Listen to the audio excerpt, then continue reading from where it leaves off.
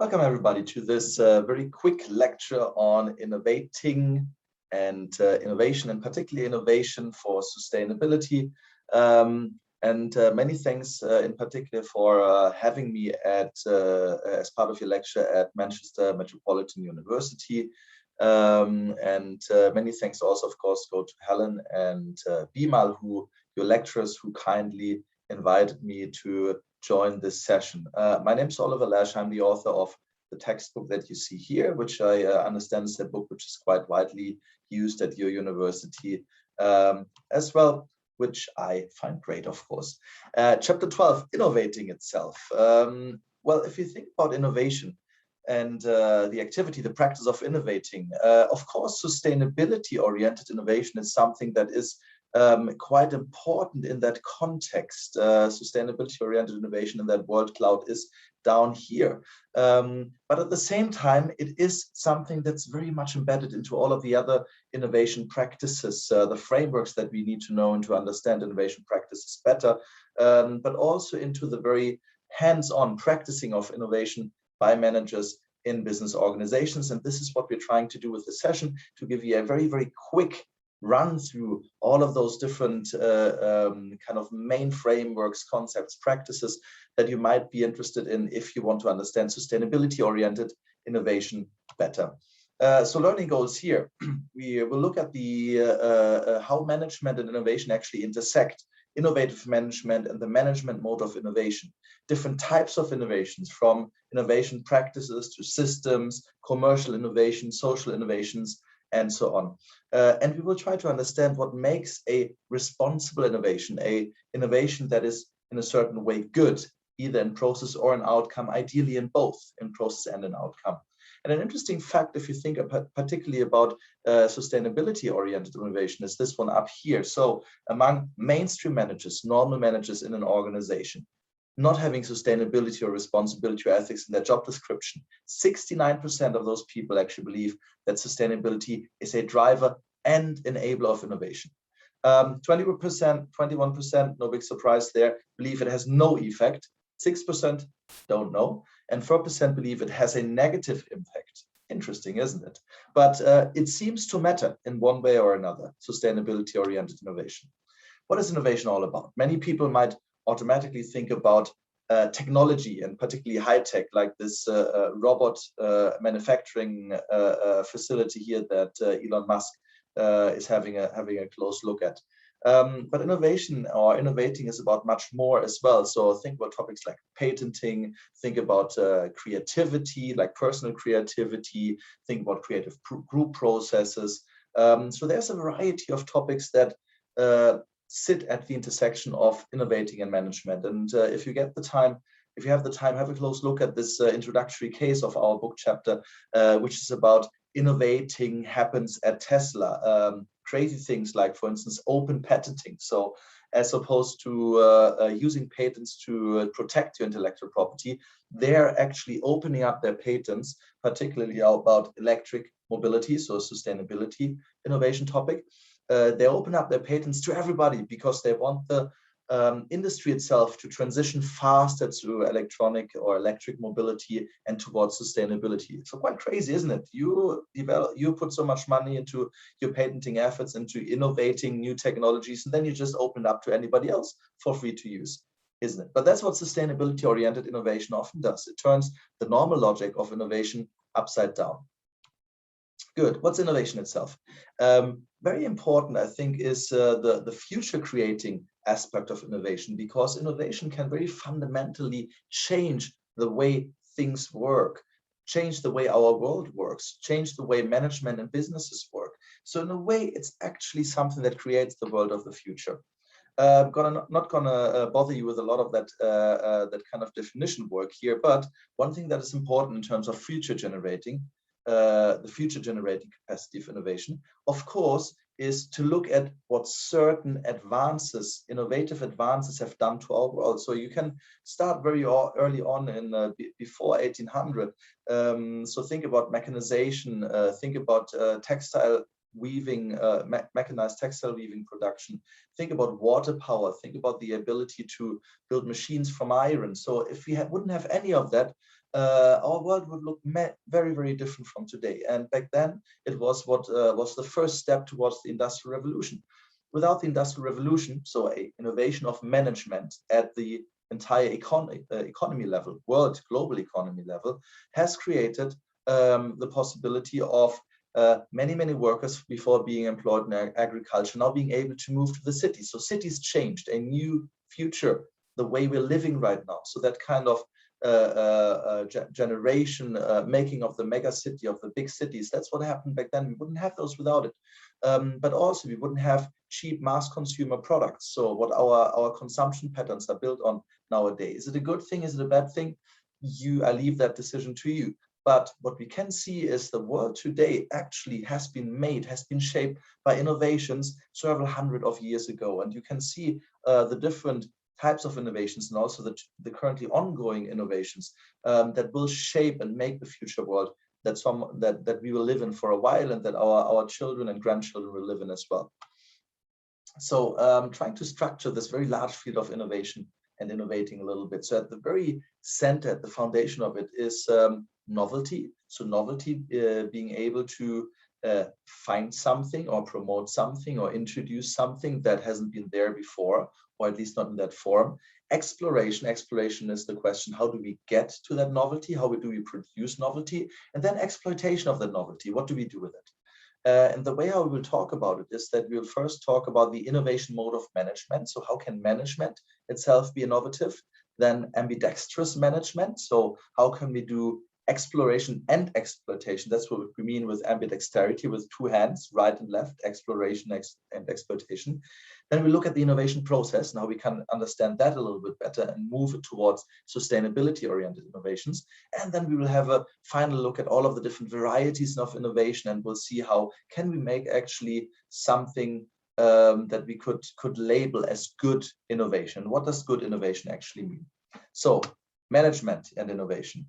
Innovating mode of management. So I have a little example for you here. So this is the example of Song Tsing Ho, who you might not, if you look at him here, he looks like a drinks guy, very obviously, like a rather older person. Typically think like innovators, those kind of very energetic, young, jumping up and down type of people, right? But still, he has been labeled as one of the most successful management innovators. And management innovations are innovations in the way how management is done, how you practice management.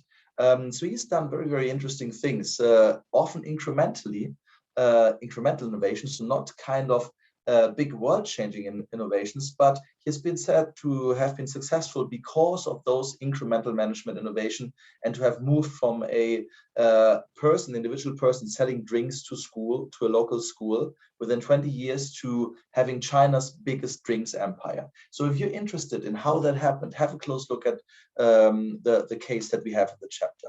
But how does that management innovation in general work? So we're trying to find a problem, commit to a big problem. That can well be a social environmental problem, so a sustainability problem. But the point there is management is typically done based on certain principles. So for instance, we want to maximize profit. We have hierarchies where there's the normal workers far down and the big bosses far up. Another part of the management principles. We would have shareholder value-based management. So whatever we do needs to be done in order to maximize shareholder value, and so on.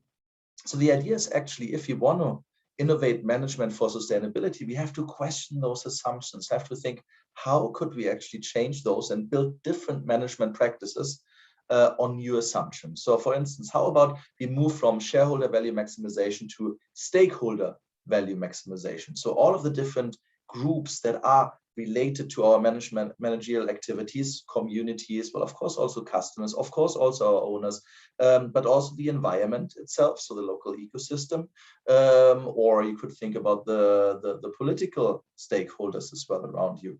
So the idea now is to actually reorient management and shape management practices that help in order to create value for all of them, and to maximize the value for all of them, as opposed to maximizing it only for your owners and shareholders.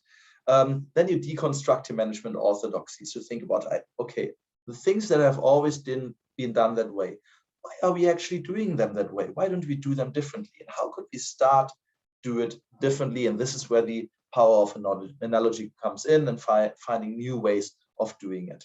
So that's management innovation. But then also management can be innovative because it is ambidextrous management. And ambidextrous management means here being able to explore novelty, so find innovations, find new things, and exploitate them at the same time. So management always has aspects of those. We're always managing in an innovative way, trying out new managerial practices, having new technologies we're using, trying to push forward a new business model innovation. But then it's not enough to get there, that you have that novelty, but actually to exploit it. How do we do that? And this is also where management is very good at. And a truly ambidextrous management is able to do both of those things. Good. So this shows a little bit more of what I just said, really, how the exploration and the exploitation mode of management are slightly different, and also how you have to dance back and forth between them. So, for instance, the strategic intent of exploration is innovation and growth, while the exploitation management typically relates to how can I make it more efficient? How can I reduce costs? How can I get more profit out of it with while having lower costs, and so on. So they are very distinct in the way how you manage them, but ambidextrous management is able to do that kind of trick of having both of them in consideration and managing both of them at the same time. So, and one of the main things how we can actually do that is to have a more holistic perspective, which we often get from this idea of the innovation funnel. So the funnel is very open over here. We're getting trying to introduce new or include new problems in our set of things we're thinking about, and the realm in which we're trying to create novelty. Then we're searching for ideas, so search and ideation. We're developing those ideas further, development, evaluation, implementing and commercializing them. So there you see it already moves from exploration into exploitation. And then we're actually having that kind of stable part of it where everything is figured out and they're already in use, and we just keep generating value from them. So a much stronger focus on exploitation. So how do we do that in a sustainable way? So one of the most important aspects of sustainability is actually to create social and environmental value as well for all of the different stakeholders. And this is where something what we call open innovation comes in. So down here you see that actually at the different stages there's different practices of how all of the stakeholders of your innovation can be involved in the innovation process. So have a close look at those. So we're not going to have time to go in depth of the open innovation activity and how we can get the stakeholders involved. But one thing that's really crucial to be an innovative organization and also an innovative person is what we call absorptive capacity. So absorptive capacity is how good are we at recognizing the value of new knowledge, of novelty, and actually making something out of it, generating value from it. And if you want to increase your absorptive capacity in order to have more or better sustainability-oriented innovations, or to be able to better exploit sustainability-oriented innovations, well, you need to be good at acquiring new knowledge. So think about all the new technologies. Imagine you are interested in sustainable food production, for instance, food, particularly meat production, being one of the most CO2 intensive practices, industry practices, and at the same time, because of that, being one of the most climate intensive problematic practices. So imagine now you actually want to absorb the knowledge that you need in order to make food production, particularly meat production, more sustainable. So you need to acquire knowledge about all of the different alternatives that are out there. Getting protein from insects, lab-grown meats, thinking about the way, I mean, doing agriculture, but doing it in a more, well, still producing real meat from actual cows, from actual animals in this case, but making the process more CO2 efficient, for instance, robotic farming. So you need to know about those. How do you acquire that knowledge? Yes, to assimilate the knowledge. So to learn, to interpret, to make something out of it, you have to transform that knowledge into new and existing process and practices, and you have to exploit to actually get it out there and make sure that it is something that you do continuously. So those are the 4 sub-competencies that you need in order to generate your own or your organization's absorptive capacity. So in one question you could ask yourself is, why have new technologies for protein production, for getting protein for human consumption out there? Why have some of them, although they seem to be very promising, not taken off? So think about insects, for instance, as food. Ask that yourself. Why? Could we explain that through absorptive capacity, maybe? Good. So then there's typical challenges that come out of the innovation process, or the characteristics of the innovation process. So there's what we call the chasm and the innovator's dilemma. And we also will talk about the problem of hype just in a moment. But let's have a look at this. So down here, we've got the chasm, and up here is the innovator's dilemma. So the chasm refers to that space between early adopters, people who are very excitable about innovation, and who do it even though the innovation might not give them a lot of value beyond their excitement yet. It's not very mature yet.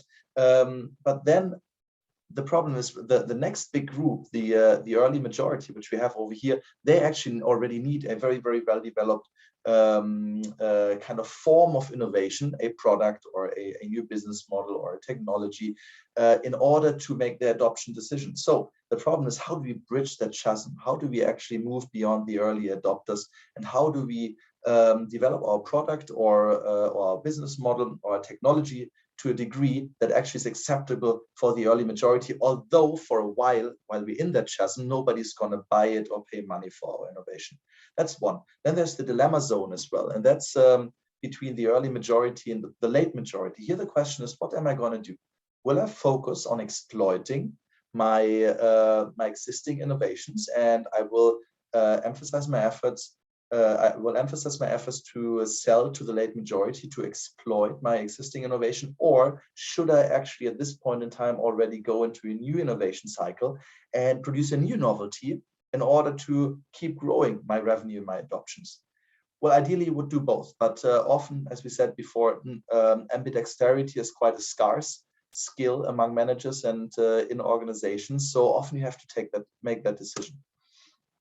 And then there's the hype cycle. So think once again about sustainable meat production, for instance. There's been quite a hype around lab-grown meat, for instance. So meat that's never actually been part of a living animal with all of the different limbs and bodily functions of a full animal, but it's a piece of meat grown in the lab. Or think about vegan meat alternatives. So basically something that looks like meat and somehow tastes like meat, but has never been related to any animal. So plant-based meats. So often what we get is that peak of inflated expectations where everybody thinks this is going to save the world. This is going to be the new normal. This is what the future looks like. But then after that initial hype, we actually see all of the problems that novelty might still have. So we are moving down here into that trough of disillusionment until that blue curve, which is the expectations, and the green curve, which is the actual capacity of innovation or novelty, somehow start to match. So the point there is you have to manage all of your stakeholders, everybody interested in your novelty, in a way that actually they do not fall into that trough of disillusionment and stop supporting what you're doing, because that could kill your innovation at some point in time. But keep them interested, either by de-inflating those expectations early on, and or by actually making sure that this disillusionment, to actively work against the disillusionment and educate people about your innovation and your product. So these are really important in the innovation process. Now we're going to have a quick talk about the different forms of novelty and different forms of innovation as well. So not every innovation needs to be a new to the world type of innovation or an invention, if you want, so something nobody's ever seen. Often innovation actually also means to move something that's already there into a new context, so to create a local novelty, if you want so. And particularly in the sustainability context, that can be very, very powerful. So imagine, for instance, things that have been existing for a very, very long time. So much of the much of the sustainable agriculture nowadays is actually a move back to old farming, old agricultural practices, which we're now transporting into that modern time where we had stopped doing that because of their reduced environmental impact. So think, for instance, about the big move back from having monocultures, just large plantations of the same kind of crop or plant, back to polycultures, actually back to natural production, sometimes permaculture production, where you're trying to regenerate the natural space that you're producing food in, not exploit it at the same time. And this is how agriculture used to work a long time ago, and how it still works in indigenous communities around the world. So it's something that's been there, but that's very, very innovative once you move it over into the larger arena of global food production. And you're trying to see what can we do in terms of our global food production system. So this is just one way of how there's different forms of innovation, and not all of them is the stereotypical, okay, I invented something new and it's going to change the world type of innovation. So if you want to get categories of different innovations into your head that you can use to think what kind of sustainability oriented innovation could I pursue, you could think about product innovation. You could think about innovating your processes or practices. So we talked about managerial practices already. Marketing innovation. So how do you connect to the people who get value out of your innovation, out of your product or service, for instance, or organizational innovation. Business model innovation, for instance, is a typical organizational innovation. Good. So I'm not going to go through all of these with you, but have a look at the book once again, or at those slides. There's a large variety of different ways of innovating and innovation exploitation there. Large variety of how you can generate novelty, and all of those are opportunities for sustainability-oriented innovation. I'm just going to click you through it while I sip my juice.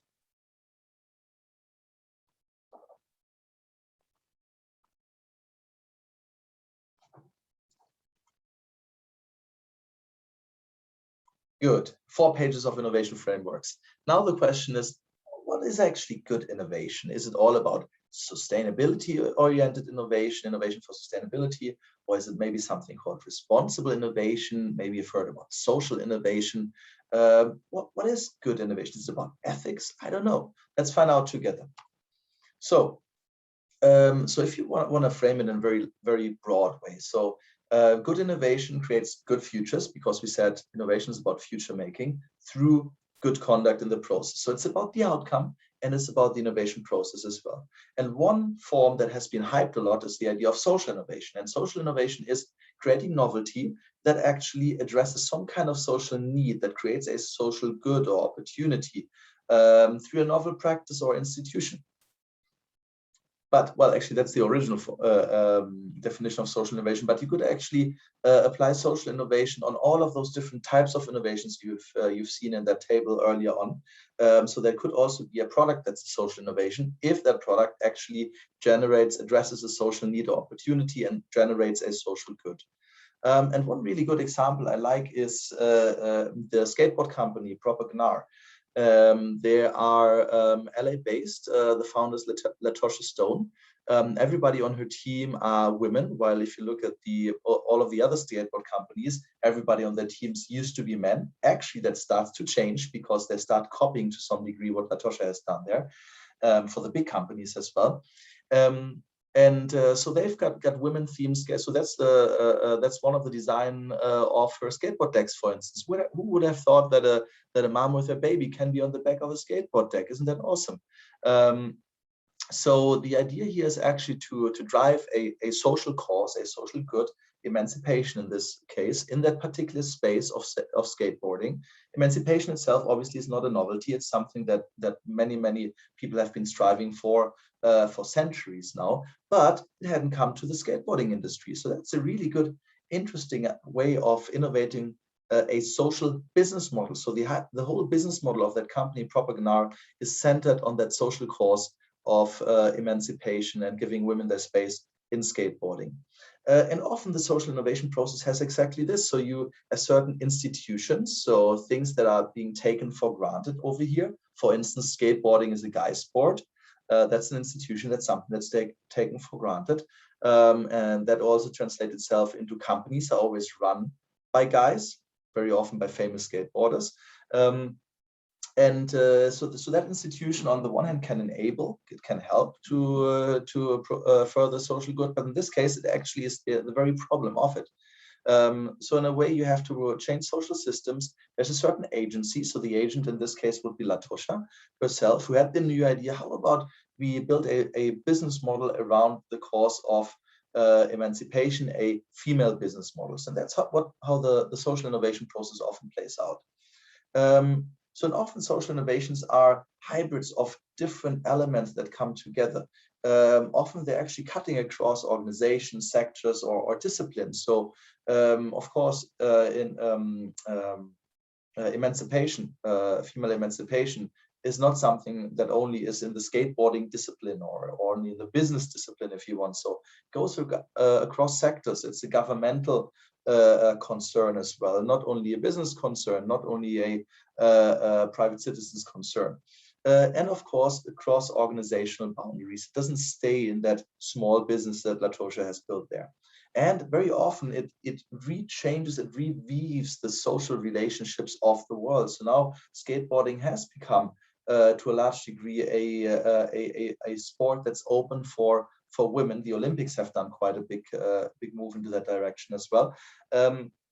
But also the industry itself is changing. So it looks like the sport has already changed, but the skateboarding industry hadn't changed a lot towards that emancipation goal. So really, really interesting to think about social innovation this way. And you typically move from those smaller prompts to bigger proposals. How about if that industry and that sport could be a female and male sport, towards prototypes. So Laasch's social business model is a prototype. Others could use it and do the same thing, towards sustaining it, to making something that stays, scaling it up. So how about her company grows a lot and it's all female skateboarding, or another big company adopts it and does the same thing, towards systemic change where the whole industry and maybe sports more largely that used to be male domains start becoming something that has a strong emancipatory factor in there.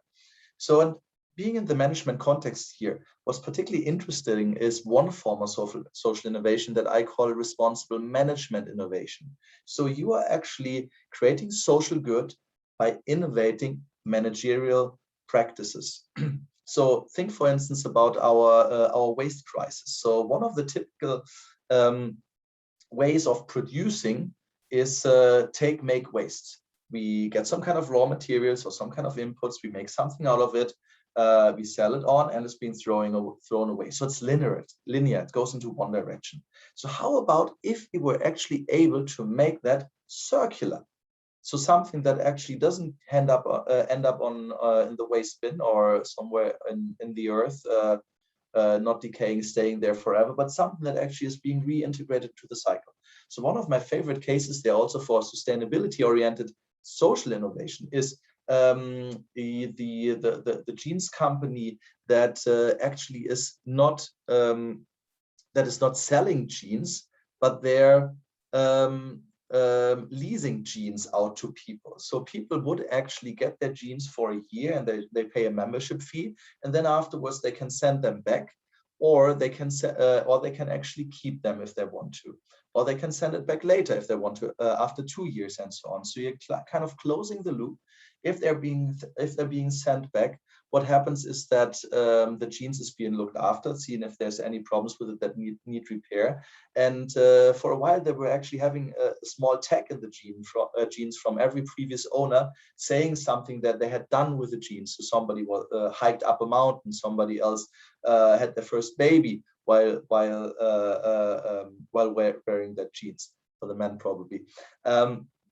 So those kind of things then actually add value to the product, and it becomes a circular product that becomes more valuable with every piece of history that the jeans acquired. The company is called Mud Jeans from Amsterdam, if you want to look them up. Good, and that already tells us something about how those different types of good innovation actually overlap. So I presented that jeans company as a social innovation because it addresses that social problem of waste that we have as a society, but also it's an environmental sustainability oriented innovation at the same time, because that problem has also that environmental part to it. So typically, if we talk about sustainability oriented innovation, we think about the different 3 dimensions, environmental, social, economic over here. Just get another sip. I'm a little bit sick today, so that's where my funny voice comes from as well. I hope it doesn't get too squeaky. Good, and then you could improve how you balance ecological, social, economic dimensions in production and use, or in the end of life, so in the entire life cycle of your product or of your service. So your innovations could be located in either one of those parts. And at the same time, you could actually think about different types of innovation in those different life cycle stages: business model innovation, product service system innovation. So for instance, where you buy from, how you buy, you do local production, for instance, because you say you want to reduce your transportation impact and so on. Or it could be a technological innovation. So this gives you loads of different ways of how you could actually implement sustainability-oriented innovation. And I would like to invite you to actually play with this cube a little bit by my dear colleague Erik Hansen, who put that forward as a tool that you can use in order to see the whole breadth of different sustainability-oriented innovations that you could engage in.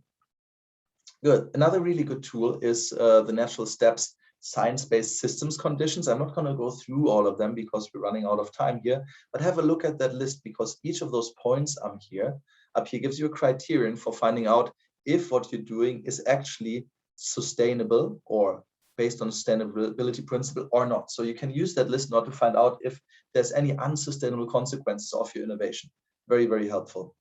And then there's the design for environment principles. So, and this goes the opposite way around. It doesn't say what you could get wrong and be unsustainable. It tells you how to become more sustainable. So for instance, you could do things like energy and material conservation. So that's quite easy, to reduce the amount of material you use in order to reduce the amount of energy you use in the production process. Or over here, you could think about product disassembly. So once my product actually is broken, how easy is it to disassemble it, to take it apart, either in order to repair it or in order to make it easier to be recycled. So very often, for instance, sneakers have that large problem that they're all glued together. So they're very hard to take apart. So it's almost impossible to design sneakers, which is to recycle sneakers, which is why they just land on the landfill, and there they're going to be for the next couple of thousand years. So this is really good, because each of those boxes gives you a different way of thinking about how could I make my thing, whatever that thing is, more sustainable. And then there's also the idea of responsible innovation. And actually Sally Randalls, who is at MMU as well, she's been one of the leading people in the responsible innovation agenda. So the idea is here, if I'm innovating something, how can I make sure that the results, the outputs of that innovation actually do something good and not something bad? So for instance, Sally did a lot of work on nano materials and nano innovation, so nanotechnology. So those ways of how I change something that's very, very small and come up with new products and processes by doing so, might there actually be any unintended consequences just because it's a new technology that we don't understand very well? So this is what responsible innovation does, to think about how can we actually make sure that the consequences, including the unintended consequences of an innovation, are good. Good. And then, so that then means we have a certain innovation co-responsibility with all of our stakeholders if you're driving innovations for sustainability as well, because there might be something that looks like a really, really powerful solution to a sustainability problem, but at the same time, there might be unintended consequences that just create new problems again and again. So, and also artificial intelligence, of course, is one of those that has been discussed a lot. If you go all the way to the extreme to Matrix, where the machines take over the world one day and enslaving human beings as sources of power production, well, maybe that's one of the unintended consequences that we're heading to right now, that we're pushing artificial intelligence. Although at the moment, it looks like it actually makes our life much, much easier. So once again, this is about avoiding unsustainability as opposed to generating sustainability. And then the last thing I want to mention, then we're done, is about innovation ethics. So this is really about the innovation process, not as much about the outcomes, but about how do we actually make sure that innovations are generated, novelty is generated in a good way. So for instance, you might have the problem that, so think about animal testing in the cosmetics industry. great new cosmetics, or maybe also pharma products, medicines that would do great things for human beings, but we might have to actually torture a large number of other sentient beings in order to get there. So how do we deal with those kind of ethics in the innovation process? Good. So I'm not gonna do the summary part. Just have a look at the slide if you want a high-level overview. But what I will do is to just give you a little bit more of information on what else is in the chapter and what you might find interesting as a resource. So have a look at this interview with Ed Freeman, for instance. So he is thinking about how can we innovate, and here how can we rethink what money does in management. Really interesting, fascinating thing. Look at Ved Krishna's pioneer profile. So he is the head of strategy of an Indian company called Yashpaka, and they're doing something called biomimicry. Very interesting way of innovating, copying, learning from nature. And a true story, an anonymous story, because it's a little bit of a tricky story, but which helps you to understand how you in your own lives actually can innovate in your managerial roles at some point in time. If you're more interested in business models, what we also have at the end of the chapter is the different archetypes of sustainability business models. So how can you actually kind of pick and choose different parts and combine them, different parts, all of which are more sustainable, and combine them into a very interesting and good business model, good for the world. Good, and then we also have a tool in here that you can use in order to shape your responsible management innovations yourself. So basically you would go through those different cells on that one page, and you would move on from what's the management as usual over to what's the underlying practice and principles of that, how can we find alternatives to it, and what could we make out of this external alternatives in forms of a more responsible managerial practices. Good, so that's me done, basically. If you want to have a closer look, that's the reference to the book, and I'm very much looking forward to meeting you in class for half an hour or so to have a good discussion and to delve deeper in some of the things that I presented to you folks. Thank you very much.